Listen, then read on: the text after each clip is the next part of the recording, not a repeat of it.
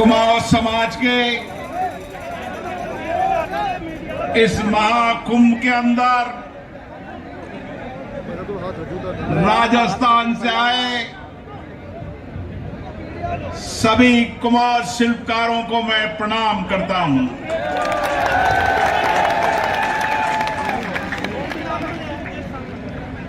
इस महाकुंभ में भीमाराम जी दम्मीवाला,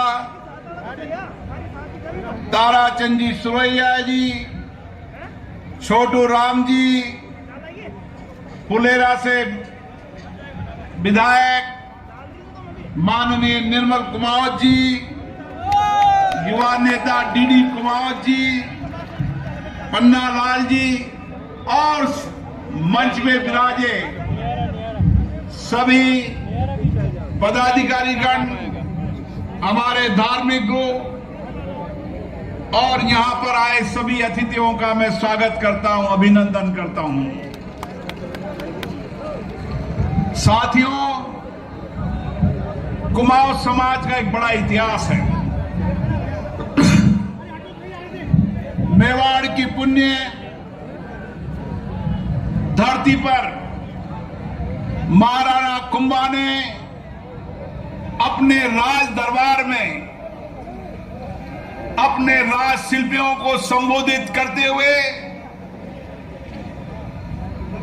कुमाऊतों को मेवाड़ का रक्षक कहा था। उन्होंने कहा था, हे कुमाऊं क्षत्रियों, कु यानी धरती माता और वनवानी यानी सतत रक्षक, वास्तव में आप मेवाड़ के रक्षक हो।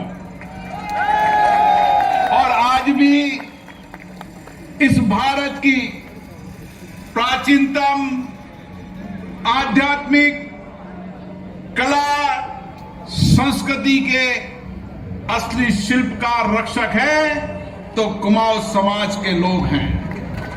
और इसीलिए भारत और राजस्थान की गौरवशाली परंपरा को समृद्ध करने में, उसकी विरासत रक्षक में आपकी बहुत बड़ी भूमिका है।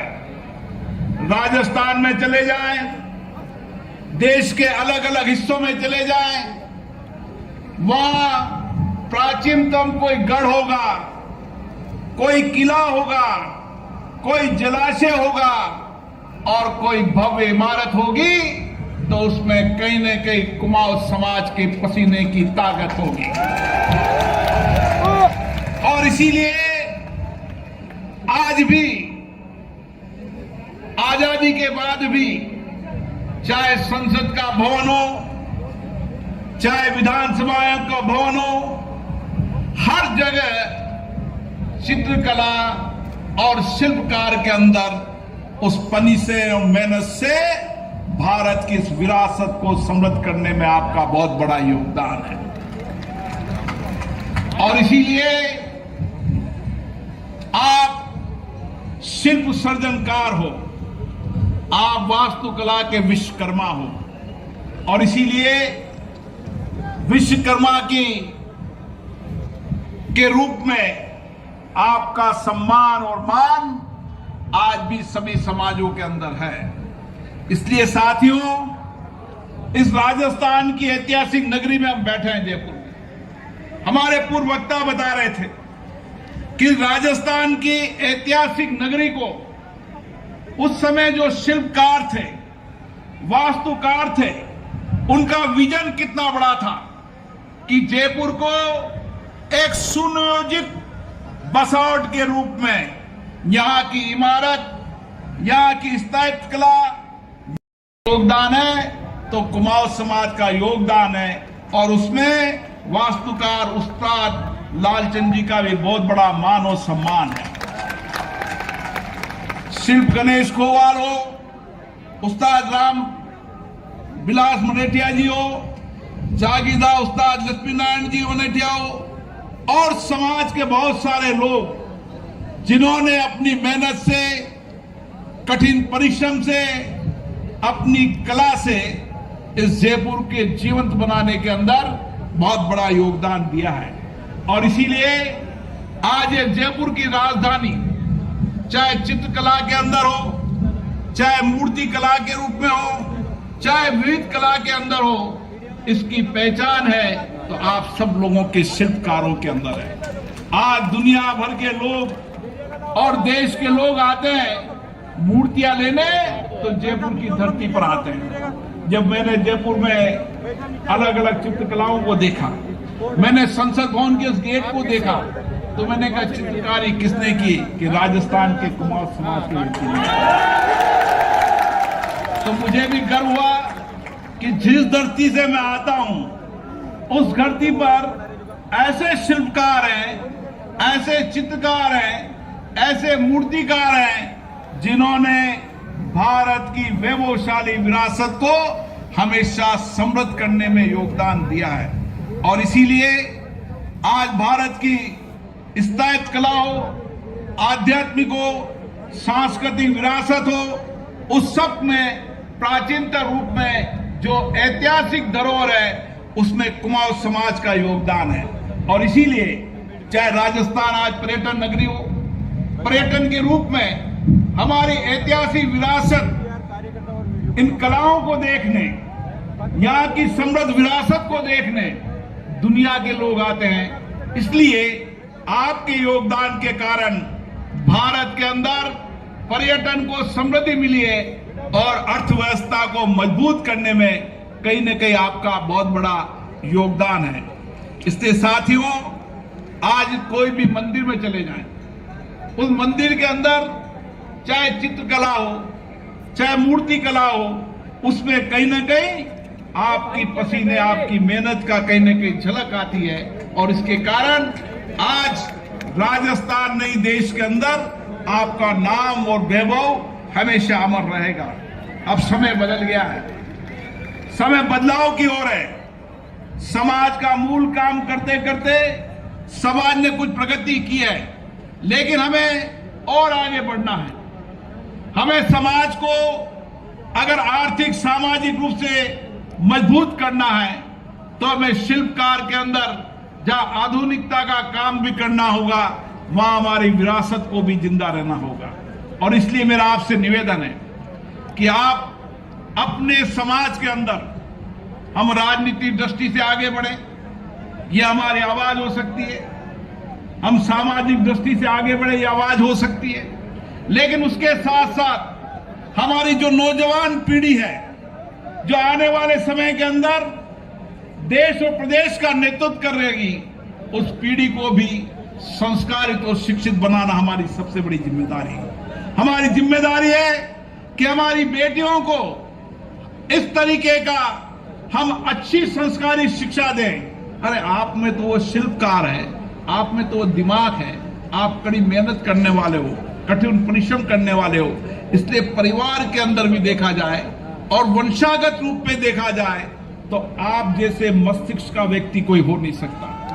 और इसीलिए आपको समाज के अंदर हमारी युवा पीढ़ी को इस ऊर्जावान के साथ साथ एक अच्छी शिक्षा, एक तकनीकी शिक्षा, एक आधुनिक शिक्षा देकर समाज में आने वाले समय के अंदर हमारा समाज का व्यक्ति देश और प्रदेश में नेतृत्व करे। कई लोगों ने नेतृत्व किया है, मैं नाम नहीं गिना सकता, नाम बहुत सारे हैं, लेकिन जिन्होंने दिल्ली के अंदर भी नेतृत्व किया, जिन्होंने राजस्थान में नेतृत्व किया, लेकिन अब गांव-गांव से निकलना चाहिए। अभाव में रहने के बाद भी हमारे गांव का शिल्पकार बच्चा दुनिया में नेतृत्व करे, ये क्षमता हमें सामूहिक प्रयासों से पैदा करने की आवश्यकता है। और इसीलिए मैं आपसे निवेदन करना चाहता हूं कि हमारी कोशिश होनी चाहिए कि समाज के अंतिम पायदान में बैठे व्यक्ति के जीवन को हम कैसे बदल सकते हैं। और इसीलिए जब समाज में हम बैठते हैं, सामूहिकता के साथ बैठते हैं, मिलकर सामूहिकता के साथ निर्णय करते हैं, तो हम हमारे समाज में जो आर्थिक सामाजिक परिवर्तन लाने का प्रयास कर रहे हैं, इसके लिए भी हमें चर्चा संवाद करना चाहिए। लोकतंत्र हमारी ताकत रही है, लोकतंत्र हमारी विरासत रही है, लोकतंत्र हमारे जीवन की प्राचीनतम पद्धति रही है। इसीलिए तो कहते हैं भारत लोकतंत्र की जननी है। हमारा लोकतंत्र आजादी के बाद का लोकतंत्र नहीं है।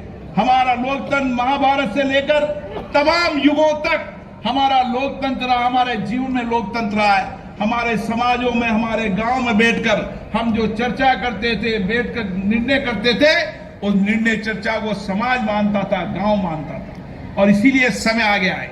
ये सामूहिक पंचायत करने का अर्थ हमारा ये होता है कि हमारी बुनियादी बातों को भी करें, लेकिन इसके साथ साथ समाज के पायदान के अंतिम व्यक्ति बैठे उसके जीवन को कैसे बदल सकते हैं। हम हमारे प्रयासों से कई धर्मशालाएं बनाते हैं, कई विद्यालय बनाते हैं, कई चिकित्सालय बनाते हैं। यह आप सामाजिक कंट्रीब्यूशन आपका बहुत बड़ा है, सामाजिक योगदान बहुत बड़ा है। वह केवल आप समाज के लिए नहीं करते, आप संपूर्ण समाज के लिए करने का काम करते। ये हमेशा आपकी ताकत रही है।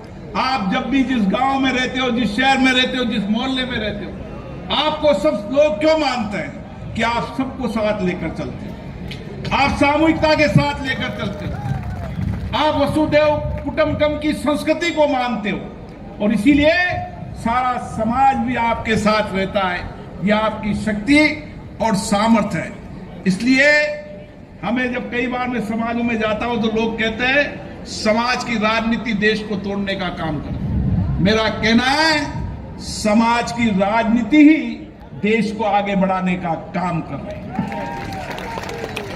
जब समाज आगे बढ़ेगा, समाज के लोग बैठकर निर्णय करेंगे, अच्छी शिक्षा का, अच्छे संस्कारों का, अच्छी संस्कृति का, हमारी विरासत को याद करेंगे, हर समाज आगे बढ़ेगा तो देश आगे बढ़ेगा। और देश को आगे बढ़ाना है, राष्ट्र को आगे बढ़ाना है, तो हर समाज को आगे बढ़ाना होगा। समाज के अंतिम व्यक्ति के जीवन को बदलना होगा। और इसके लिए कुमाऊं समाज नहीं, हम आपके साथ हमेशा खड़े हैं।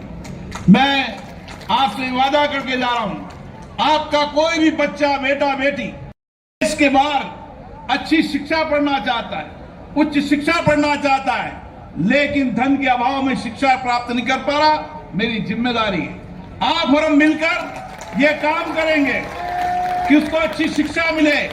धन के अभाव के अंदर कोई व्यक्ति शिक्षा से वंचित नहीं रहे और कोई व्यक्ति इलाज से वंचित नहीं रहे।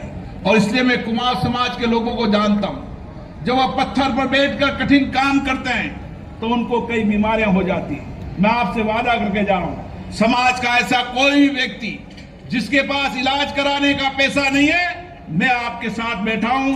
जयपुर से लेकर दिल्ली तक उसको इलाज करेंगे, लेकिन उसको स्वस्थ रखेंगे, हमारी जिम्मेदारी है। इसलिए आज आपके बीच में मिलकर मुझे बहुत प्रसन्नता हुई।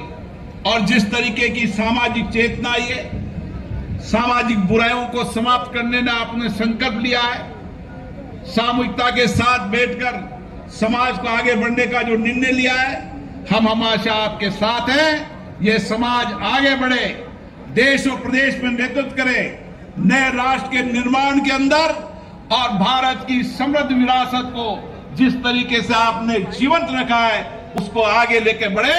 यही आपसे आह्वान करना चाहता हूं। आप सबका बहुत बहुत धन्यवाद। बहुत बहुत धन्यवाद आदरणीय बिरला जी।